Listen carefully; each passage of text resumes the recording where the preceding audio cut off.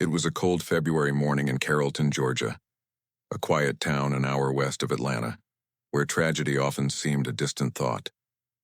But on February 20th, 2025, that illusion shattered with one call. A trembling teenage voice reached the 911 dispatcher. "My mom and stepdad are gone," she cried. The caller was 16-year-old Sarah Grace Patrick. Moments earlier, her 5-year-old half-sister had wandered into the master bedroom and discovered what no child should ever see. Inside, the bodies of Kristen and James Brock lay motionless. When police arrived at 1531 Tyus Carrollton Road, they found a family home frozen in chaos, 2 parents dead in bed, and 2 young girls whose lives had just split in 2. There were no broken windows, no kicked-in doors, no sign of a robbery. Whoever did this had walked right in, or was already inside. James Brock, Sarah's stepfather, was no stranger to medical struggles. He lived with a severe heart condition and had undergone multiple surgeries. A mechanical device in an LVAD had been implanted to keep his heart pumping. It was in many ways his lifeline, but it also meant that any disruption, a disconnection, an attack, a power loss, could be fatal. That night, Sarah told detectives she'd gone to bed around midnight. A few minutes before, she'd heard the soft, steady alarm of the LVAD echoing faintly from the other room. She thought little of it. The television was on, muffling the sound. She said she never heard any gunfire. Her 5-year-old sister did. In the hours after the tragedy, Sarah's world seemed to dissolve into grief, or at least, that's what the world saw online. She began posting short videos on TikTok, tearful and poetic, talking about her loss. Her captions read like diary entries written through heartbreak.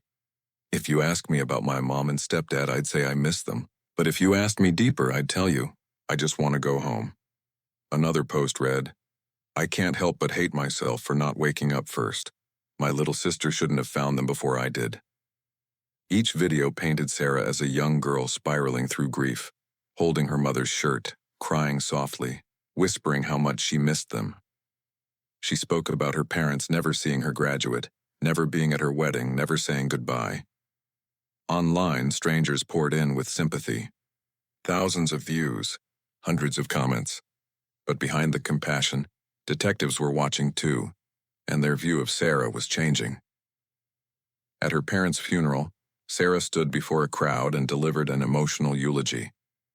Her voice cracked as she said, "I'm sorry." For some, those words felt like closure. For others, they lingered like a confession.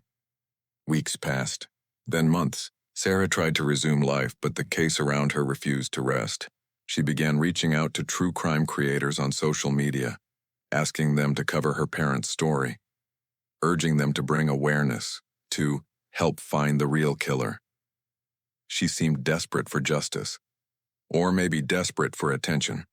Detectives, meanwhile, had quietly built a case, a mountain of physical and digital evidence, as they called it. But they refused to say what that evidence was. Then, on July 8, 2025, the story took a shocking turn. Police arrived and arrested 16-year-old Sarah Grace Patrick, charging her with 2 counts of murder and 2 counts of aggravated assault. The girl who had once stood at a podium in tears was now the prime suspect. The community of Carrollton was split in disbelief. How could this teenager, who had appeared shattered by loss, possibly be responsible? Yet from an investigative standpoint, the puzzle pieces pointed inward. There was no forced entry. Nothing was stolen. The killer had moved quietly through a familiar house and disappeared without a trace. There were only 3 people inside that home: Sarah, her mother, and her stepfather. And one of them had made the 911 call.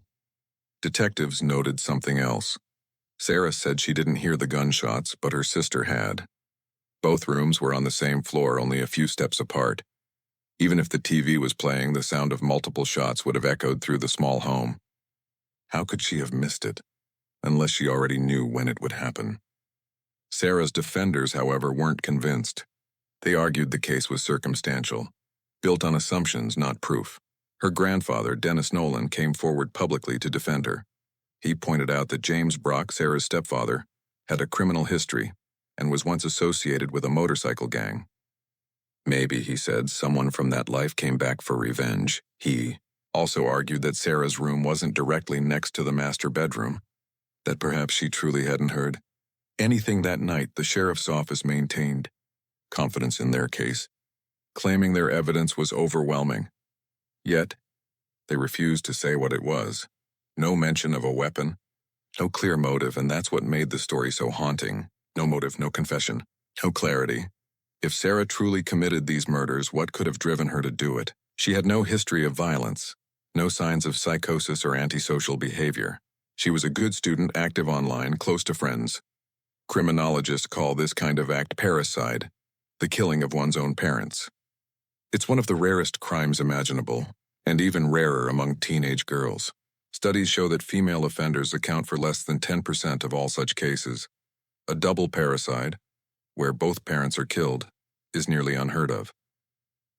Typically, when it happens, the offenders have deep histories of trauma, abuse, neglect, or fear.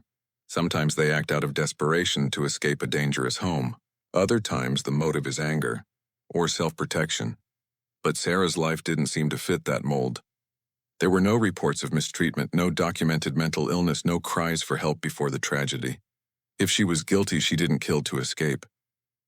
She killed for a reason no one could yet understand. As analysts studied the case, one unsettling question emerged. What if this wasn't about revenge or fear at all? What if it was about attention?